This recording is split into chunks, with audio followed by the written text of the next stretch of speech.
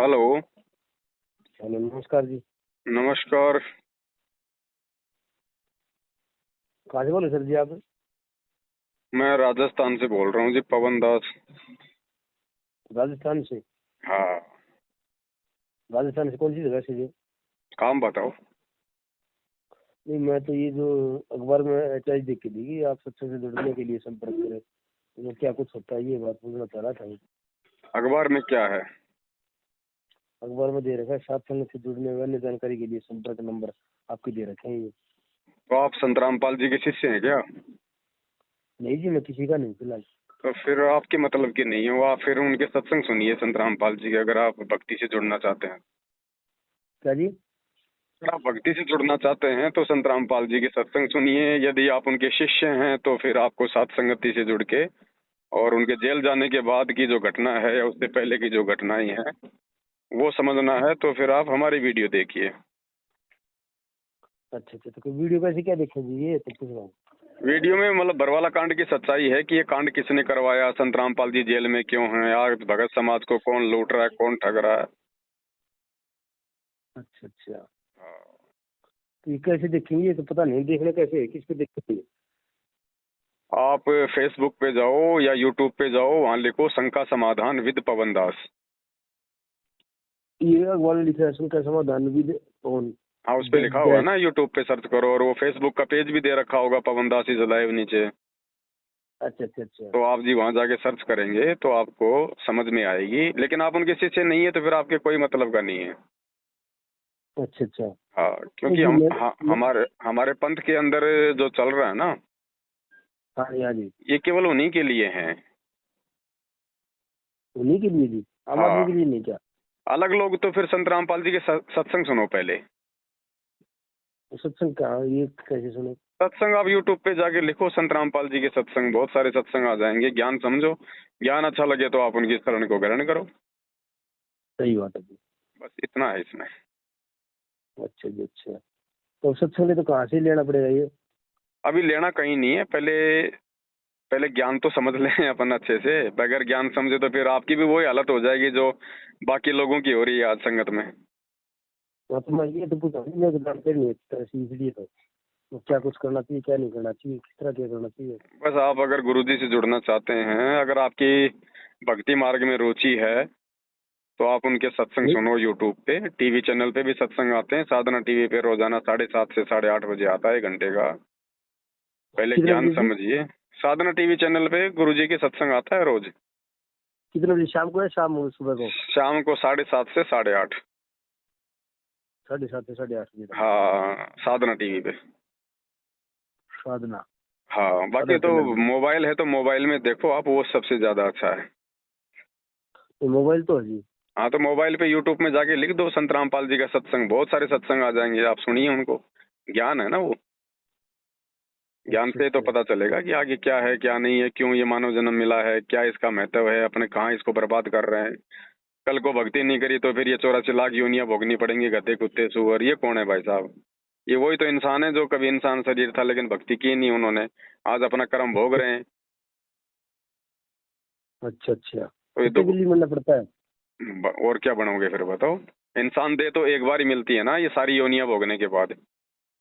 कई बार भी मैं तो मतलब इतना मेरा गाड़ा ना बोले अपना घरी दर्द रुपये मेरी दर्द रुपये कौन से सबसे ले ला इतना देर क्या चीज? दिक्कत है मेरी। शराब शुरू पीते हैं कई, बोले मैं शराब नहीं करते हो शराब देखो काफी भाई साहब, शराब देखो, वैसे कोई संत हो, कोई भगवान हो, कोई किसी का हाथ तो पकड़ेगा नहीं। कोई शराब पिएगा तो बीड़ी पिएगा तो संत तो नहीं ऐसे केवल बताते उसके हैं कि फायदे कितने और महीने बाद उसके में शराब नुकसान नहीं। बताते हैं कि भैया ये काम करने से तेरे को ये नुकसान होगा, और ये काम करने से तेरे को ये फायदा होगा। संतों का काम है मार्गदर्शन करना, जानकारी देना, उसको हाँ स्वीकार हाँ। करना ना करना फिर वो सामने वाले के ऊपर है। अच्छा अच्छा अच्छा, अब हम सही बात बच्चे को स्कूल में भेजते हैं तो बच्चे को टीचर जानकारी तो दे सकता है, उसके गले में डंडा थोड़ी चढ़ाता है कि तेरे को ये करना ही पड़ेगा। है। सही बात है जी, टीचर का काम तो पढ़ाना ही होता है। तो जैसे एक बच्चा भगत जी अपना सामाजिक कामकाज करने के लिए या कोई नौकरी प्राप्त करने के लिए एक टीचर के बिना नहीं कर सकता ना, उसी बिल्कुल नहीं प्रकार कर अपनी सही। आत्मा का जो कल्याण है, जो मोक्ष मार्ग है, वो बिना आध्यात्मिक गुरु के नहीं हो सकता। अच्छा अच्छा अच्छा। हाँ, इसके लिए गुरुओं की जरूरत पड़ती है। अब रामचंद्र जी थे, श्री कृष्ण जी थे, अच्छा उन अच्छा। उनके गुरु हुआ करते थे, वो भी साधना करते थे, भक्ति करते थे अपने गुरु से नाम लेके। हम कोई उनसे भी बड़े हो गए क्या आज? जो हम बिना गुरु के ही मंदिरों में, मस्जिदों में, कहीं भी जिसने बता दिया वहीं चले गए, अपना झूठा साचा नाम ले लिया। उससे कोई फायदा थोड़ी होता है कोई। वो तो गुरु बताएगा कि सही साधना क्या है। अच्छा, मंदिर में जाने से कोई फायदा नहीं होता? कोई फायदा नहीं है इस प्रकार से। मालिक कहते हैं पत्थर पूजे हरी मिले तो मैं पूजूं पहाड़, इससे तो चाकी भली जो पीस खाए संसार। हम छठी से पढ़ते आ रहे हैं कबीर जी के दोहे, फालतू में थोड़ी अच्छा हैं, लेकिन इन पे विचार भी तो करना पड़ेगा ना। अरे आप इंसान हो, आप चलते हो, बोलते हो, आप देखते हो, आप जान सकते हो, और आप हाँ जी हाँ जी। चेतन होके और आप एक पत्थर के ऊपर आश्रित हो रहे हो जो ना सुन सकता है, ना देख सकता है, ना बोल सकता है, ना आपकी बातें सुन सकता है, ना आपको कोई समाधान बता सकता है। उस पत्थर को भगवान मान के हम पूज रहे हैं। 4 दिन पहले उस पत्थर पे लोग पेशाब करते थे, फिर किसी ने छेनी हथौड़ा लेके उसकी मूर्ति बना दी तो हमें वो भगवान नजर आ गया। ये तो मूर्खता हुई फिर। अब आज आपके पेट में दर्द है, हॉस्पिटल में जाओगे, डॉक्टर इलाज करेगा ना। हाँ जी हाँ जी। 4 बात आपसे पूछेगा, 2 बातें आप बताओगे कि साहब ऐसे हुआ ऐसे हुआ। अब कल को डॉक्टर मर जाए और उसकी कोई पत्थर की मूर्ति बना के हॉस्पिटल में टांग दी जाए तो आपका पेट का दर्द ठीक कर देगा? ना जी, वो डॉक्टर एक रहो हैं? की मूर्ति अरे तो भैंस है तो दूध देगी, अगर कोई पत्थर की भैंस बना दी जाए तो आप बाल्टी भर लोगे क्या? बिल्कुल नहीं होगा जी। तो रामकृष्ण समझो, 33 करोड़ देवी देवता समझो, जिस समय ये धरती पे थे और जिस समय ये कोई फायदा दिया करते थे, उस समय तो लोगों ने फायदा लिया नहीं। बेचारों को जीने नहीं दिया, उनको चैन से पानी नहीं पीने दिया। उसकी औरत को उठा ले गए, कभी उसको जंगल में वनवास दिला दिया। श्री कृष्ण जी को कभी पूतना मारने आ रही है, कभी काल्यावन, कभी जोरासिंध मारने आ रहा है, कभी कोई मारने आ रहा है। बेचारा मथुरा छोड़ के द्वारिका भाग गया लास्ट में शांति से जीने के लिए। आज उनकी पत्थर की मूर्ति बना के राम भगत जी उनसे फायदा लेना चाह रहे हैं। क्या फायदा मिलेगा? तो मूर्खता है। लकीर के फकीर हो गए ये तो। अच्छा तो इसलिए भगत जी संत आते हैं, मार्गदर्शन करते हैं, सत्य साधना बताते हैं। अब जब कोई आता है उस समय तो उसकी कोई बात मानता नहीं है भगत जी, और जाने के बाद कह देंगे वो हमारा बाबा हरिदास था, हमारा बाबा वो फलाना दिखना था। अरे वो बाबा है क्या? जब वो बाबा था उस समय तो कोई उसकी एक नहीं मानता था। आज उसको बाबा बना के उसको घरों में बैठा दिया। ऐसे कोई फायदा थोड़ी है भगत जी। ये मूर्तियां किसने बनाई? ये फोटोएं किसने बनाई? रामकृष्ण हनुमान की इंसानों ने बनाई है ना। वो कैसे थे कैसे नहीं थे इन्होंने देखा उनको? नहीं जी। तो फिर ये सही बात। मनमुखी बना दी। और ये रंग तो आज आए हैं, ये मशीनें तो आज आई हैं 20-30 साल से। आज से पहले तो ये रंगीन फोटो कहाँ थी? और एक बात बताओ भगत जी, राम तो लाखों साल पहले हुआ था ना। अच्छा अच्छा अच्छा। अरे ये कैमरे तो अभी 250-300 साल से बने हैं, उससे पहले तो कैमरे भी नहीं थे। जो राम जी की किसी ने फोटो खींच ली होगी कि राम जी ऐसे थे। लोगों ने अपने हाथ से चित्र बना दिए, हमने उनमें रंग भर दिए, और जो जो हमें अच्छा लगता है कि ये चित्र घना अच्छा भाई, उसको दीवार पे लाके टांग दिया। ये हमारी सोच हो गई आजकल। ऐसे ही ये नकली गुरु हैं, गांव गांव में बैठे हैं भगत जी, अपने मतलब धंधे में व्यस्त हो रहे हैं। अब टीवी चैनल पे अगर कोई सत्संग करेगा, टीवी चैनल पे अगर कोई गीता जी पढ़ा रहा है कोई पंडित है, तो भगत जी आपको पता है ना 10 लाख रुपए तो टीवी चैनल वाला लेगा, तो 20 लाख रुपया वो भी तो जनता से लेने की सोचेगा। अच्छा अच्छा अच्छा। ये व्यापार हो गया, धंधा हो गया है। इन सभी चीजों को बताने के लिए, समाज को अज्ञान और पाखंड से बाहर निकालने के लिए संत रामपाल जी महाराज जी आए हैं। लोगों को इन शास्त्रों की सच्चाई बता रहे हैं। किसी से 1 रुपया ना ले रहे हैं, ना कुछ हो रहा है भगत जी। और जो कोई सत्य मार्ग बताएगा तो भगत जी उसके साथ तो लफड़ा होता ही है। आज आप मान लीजिए शराब पीते हैं, बीड़ी पीते हैं, आज आपके 20 यार दोस्त मिल जाएंगे, क्योंकि संगति ऐसी है सबकी। कल को आप ये हाँ बीड़ी सही बात। सिगरेट छोड़ दो, आपके 2 भी नहीं रह पाएंगे, 2 भी। तो थोड़ा सही बात। आप जी थोड़ा विचार करो, सत्संग सुनो। देखो लोगों की देखा देखी में मत चलो कि भाई संत रामपाल जी ऐसा, रामपाल जी के आश्रम से ये निकला। अरे मीडिया को तो भगत जी मसाले से मतलब है। मीडिया अगर मसाला लगा के पेश नहीं करेगा तो उनके न्यूज चैनल कौन देखेगा? अच्छा अच्छा अच्छा। ये रूस का और ईरान का युद्ध चल रहा है? ये आप हाँ जी कोई भी हाँ जी। टीवी चैनल खोल के देख लो, ऐसे समाचार देंगे, विस्फोटक न्यूज, बस आज शाम तक परमाणु बम छूटने वाले हैं, दुनिया का तहस नहस हो जाएगा। अब देख लो उनको जाके, 6 महीने पहले भी उनकी इसी प्रकार से आवाजें मिलेंगी। लोग सोचते हैं बस भाई आज तो युद्ध हो ही जाएगा, क्योंकि भगत जी उनको मिर्च मसाले से मतलब है। उनको अपने अच्छा टीवी अच्छा। चैनल चलाने, उनको अपना धंधा करना है कि लोग सबसे ज्यादा हमारा चैनल देखें। तो बरवाला कांड में बाबा उससे नहाया करता था, पानी से नहाता था बाबा। बाबा जो है दूध से नहाता था, फिर उसकी खीर बनती थी। अब बताओ वो कौन से ने देख लिया कि वहां पे कि वो दूध की खीर बनती थी जिससे बाबा नहाता था? कौन सा बाबा लाता था? ये मीडिया ने दिखाया ना कि संत रामपाल जी जब बरवाला कांड हुआ था तो अखबारों में कितना बवंडर मचाया था इन्होंने कि संत रामपाल जी दूध से नहाते थे, उसकी खीर बनती थी। इन्होंने खाई थी क्या किसी ने वो खीर? सुन रखी है वैसे, सही तो बात भगत है। जी हम लोग ऐसे ही हैं, हम लोग तो अपने घरों में कैद होके बैठे हैं। अभी मीडिया है, media Bhagat ji paid media है, ये जो दिखा देता है हम उसी पे यकीन कर लेते हैं। सही बात है। हकीकत कुछ और होती है भाई साहब, हकीकत कुछ और होती है। एक बात बताओ, कल को आपके पिताजी को जेल हो जाए किसी भी मुकदमे में और लोग आपको पता नहीं क्या क्या बात कहेंगे, क्योंकि गांव में तो 10 आपके पक्ष में 10 आपके विपक्ष में भी होंगे। तो जो बिल्कुल सही विपक्षी बात। आदमी है वो तो भगत जी झूठ सांच लगा के पेश करेंगे ना आपके पिताजी के बारे में, तो क्या आप उनकी बातों पे यकीन कर लोगे? सही बात है। तो हम यकीन नहीं कर सकते मीडिया की बातों पे, क्योंकि हमने वहां पे आश्रम में स्वयं जाके अपनी आंखों से देखा था भाई, हम वहां से जुड़े हुए थे, इसलिए सच्चाई हमें पता है। और कल को संत अच्छा रामपाल अच्छा। जी जब जेल से बाहर आ जाएंगे, सारे मुकदमे छूट जाएंगे, तो यही मीडिया फिर क्या बोलेगी पता है? बाबा को झूठे केसों में फंसाया गया है, सरकार ने आंख बंद करके आश्रम पे जो है चढ़ाई कर दी। फिर क्या करेंगे हम लोग? सही बात। इनका इतना ही काम है। रामचंद्र जी आए बेचारे को चैन का सांस लिया क्या उसने? बता दीजिए कौन सा सुख भोगा रामचंद्र जी ने? अरे जब वो जवान हुआ, राज करने के लायक हुआ, तो उसी की खुद की चाची ने अपने बेटे भरत को राज दिलाने के लिए राम के साथ में धोखा किया। राजा दशरथ से वचन मांगा ना राम को 14 साल के वनवास का। हाँ जी, हाँ जी। घर वालों ने धोखा किया ना। हाँ बेचारा हाँ। जंगल में सीता को लेके चला गया तो रावण आया, रावण उठा के ले गया ना सीता को। हाँ जी, 12 हाँ जी। साल तक 12 साल तक बेचारी वहां रावण की जेल में रही। फिर रामचंद्र ये जी भी पूरी सुना। हाँ फिर रामचंद्र जी पूरी दुनिया मरवा के करोड़ों लोग जो है राम रावण युद्ध में मरे, सीता जी को वापस लाए तो थोड़े दिन बाद में एक धोबी के कहने से फिर उसको जंगल में निकाल दिया, जबकि वो गर्भवती थी। थोड़े दिन बाद में दोनों बेटे जो है उसको युद्ध करने लगे, शर्म के मारे बेचारे दोनों सरयू नदी में कूद के मरे, राम और लक्ष्मण। बताइए रामचंद्र जी ने कौन सा सुख भोगा? ना तो अपने बेटों का सुख भोगा, ना अपनी औरत का सुख भोगा, ना माँ बाप का भोगा, ना राज्य का सुख भोगा।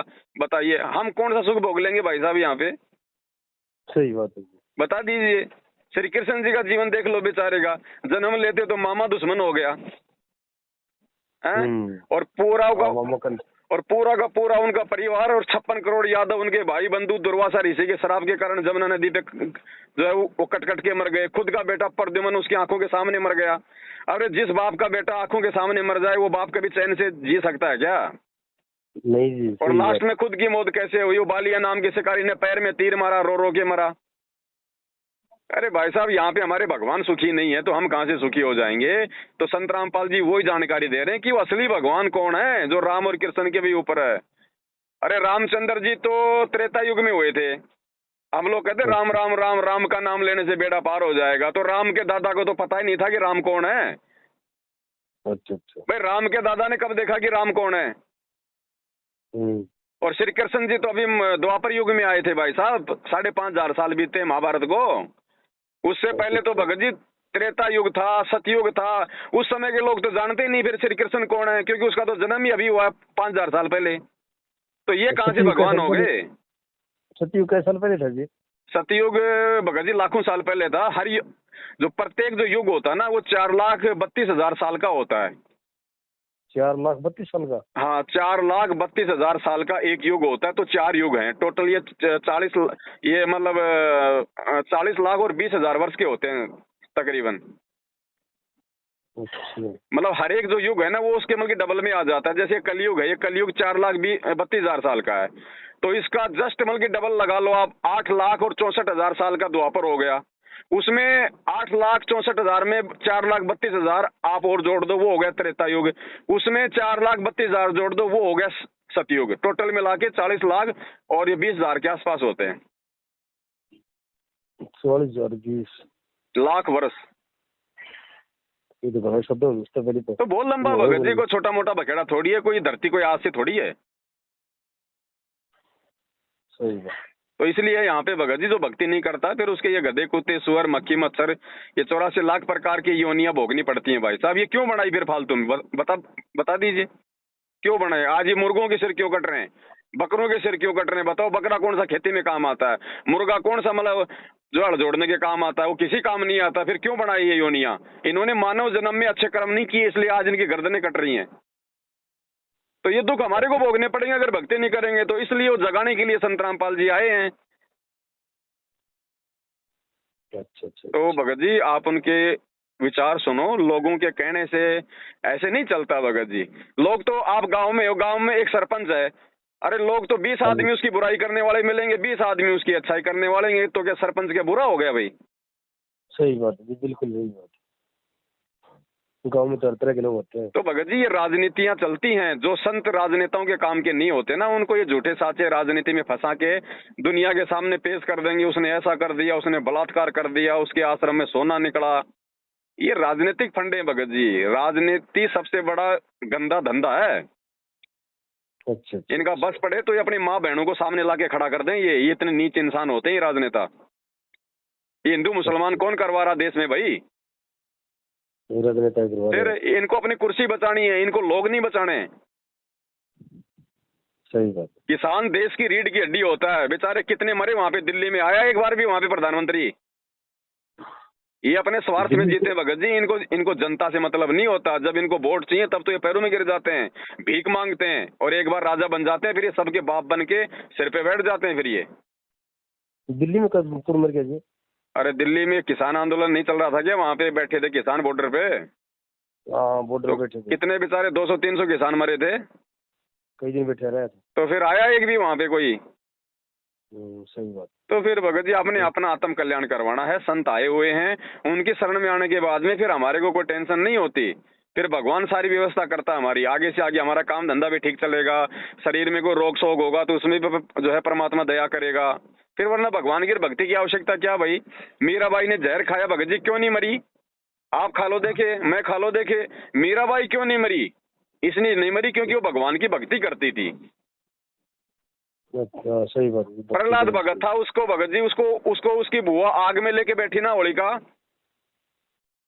क्यों बचाया भगवान ने? क्योंकि वो भक्ति करता था भाई।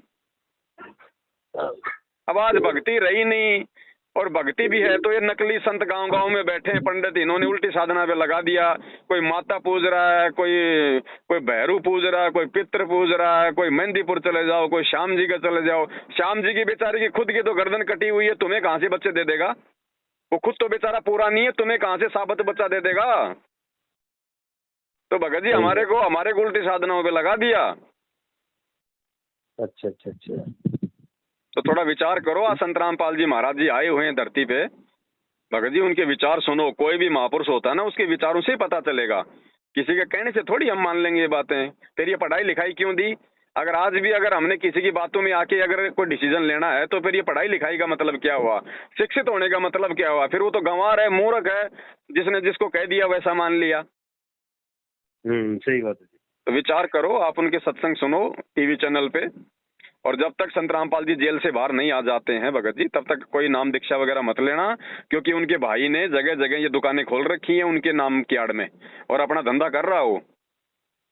अच्छा, उसी के भाई ने? हाँ, इसीलिए तो हम लोगों को जगा रहे हैं, साथ संगति से जुड़ो। मतलब जो संगत वाले भाई बहन हैं वो साथ संगति से जुड़ो। और ये जो पवन दास इज लाइव और ये शंका समाधान विद पवन दास अपना यूट्यूब पे हमारे चैनल हैं, उनको देखो, उनको सुनो।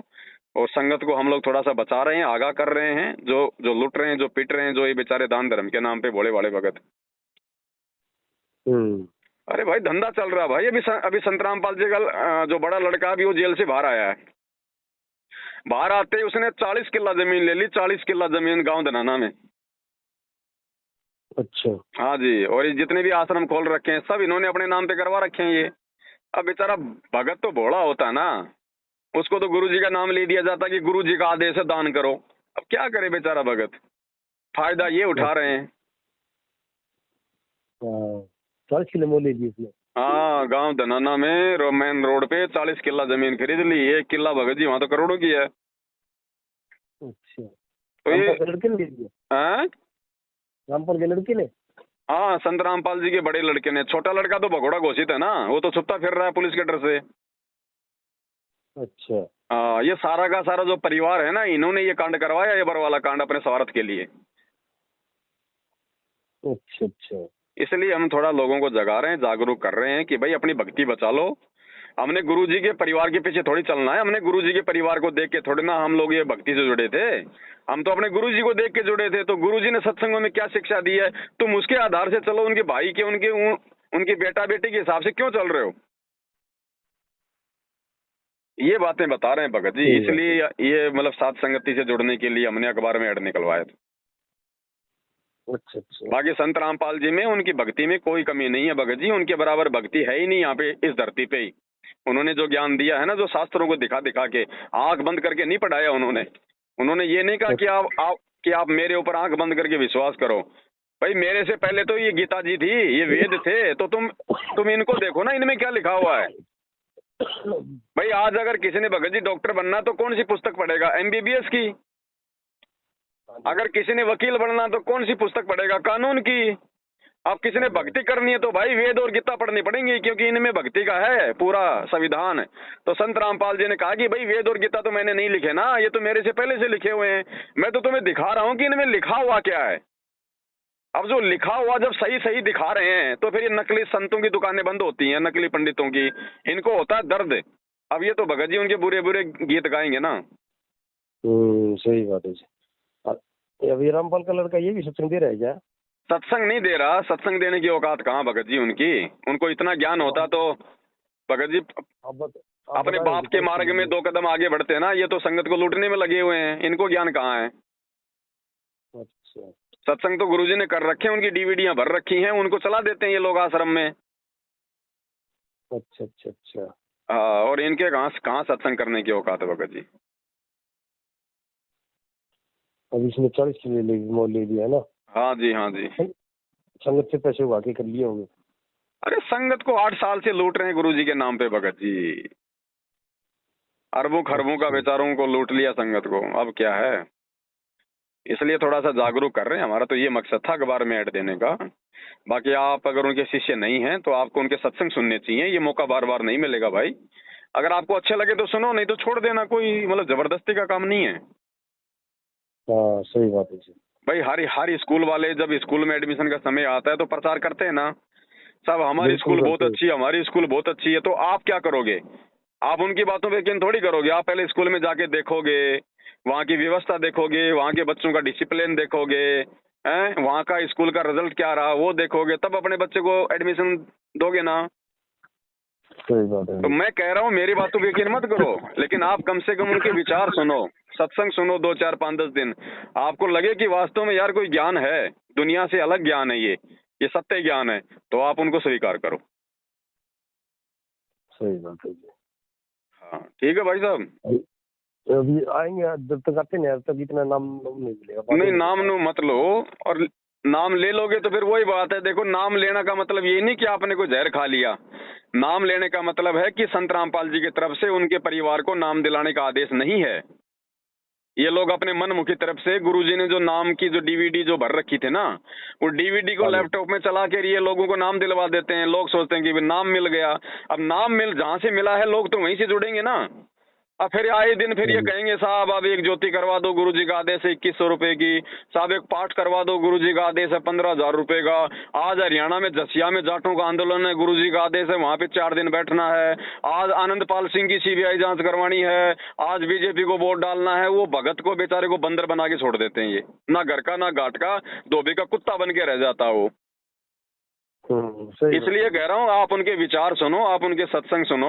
सत्संगों में हमारे गुरुजी ने ना तो हरियाणा के जाटों को कभी समर्थन देने का आदेश दे रखा है, ना कभी BJP और कांग्रेस को वोट देने का आदेश दे रखा है। गुरुजी तो ये कहते हैं कि ये काम भी अगर संत करेंगे तो फिर जगत में फिर भक्तों में क्या अंतर हो गया। ये काम तो राजनेताओं के हैं, संतों का काम थोड़ी होता सरकार चलाना। सही बात है। संतों का काम तो भक्ति मार्ग बताना होता है। संत भी अगर वही गंदगी फैलाएगा, वो अगर हिंदू मुसलमान करेगा, जाटों का साथ देगा। संत रामपाल जी जाट आरक्षण में साथ क्यों देंगे भाई? बाकी जो दूसरी जातियां क्या उनकी दुश्मन है क्या? संतों के लिए तो सब बराबर होते हैं, जाट हो चाहे बनिया हो चाहे को ठाकर हो। सही बात। वो तो पक्षपात हो गया। मतलब जाटों का साथ दे दिया तो ब्राह्मण तो गालियां निकालेंगे उनको। संत रामपाल जी ने अगर BJP को वोट देने का आदेश दे दिया तो कांग्रेस वाले तो गालियां निकालेंगे। बिल्कुल कर देंगे। तो संतों के काम नहीं होते, ये तो संतों के भाई बंधुओं के काम है जो अपने धंधे के लिए कर रहे हैं। इनका डेरा कड़ा है। डेरा आपके इधर इन्होंने 2-3 तो हरियाणा में बना रखे हैं, एक तो रोहतक के सिंहपुरा में है, एक आपके कुरुक्षेत्र में बना रखा है, एक इन्होंने जिंद में बना रखा है। 8-10 आश्रम खोल रखे हैं इन्होंने अपने अलग अलग स्टेट में। भिवानी के पास कहाँ से है जी? भिवानी में है, मैं तो कभी गया नहीं, बाकी वहाँ खोल रखा है इन्होंने, जिंद में और भिवानी में। भिवानी में भी है? हाँ भिवानी में भी, हाँ प्रॉपर भिवानी में ही है। अच्छा अच्छा, क्यों कभी टाइम लगे ना भिवानी तो जाएंगे तो डेरे में। हाँ देख लेना वहाँ से कोई अगर कोई पुस्तक वस्तक मिल जाए आपको, कोई ज्ञान गंगा संत रामपाल जी की, तो ले लेना, लेकिन खाली ज्ञान तक सीमित रहना, इनके चक्करों में मत पड़ जाना, वरना फिर आर थक के फिर 2-4 महीने बाद जब कोई आएगी ना ढंग की कोई आफत है, जब फिर आप मेरे को फोन करोगे। हाँ जी सही बात। हाँ देखो, अभी संत रामपाल जी को यदि आपने गुरु बनाना है तो पहले अपने गुरु जी से मिलो, उनके दर्शन करो, उनसे आशीर्वाद लो, उनसे नाम लो। अब लोगों ने उनको देखा नहीं, बस यूं भावुकता में आकर नाम ले लिया, और नाम लेने के बाद में फिर ये काल के दूत ये सिर पे बैठ जाते हैं, ये भक्तों को फिर बंदर बना देते हैं पूरा। ये तो है। ठीक है भाई साहब। ठीक है। ओके।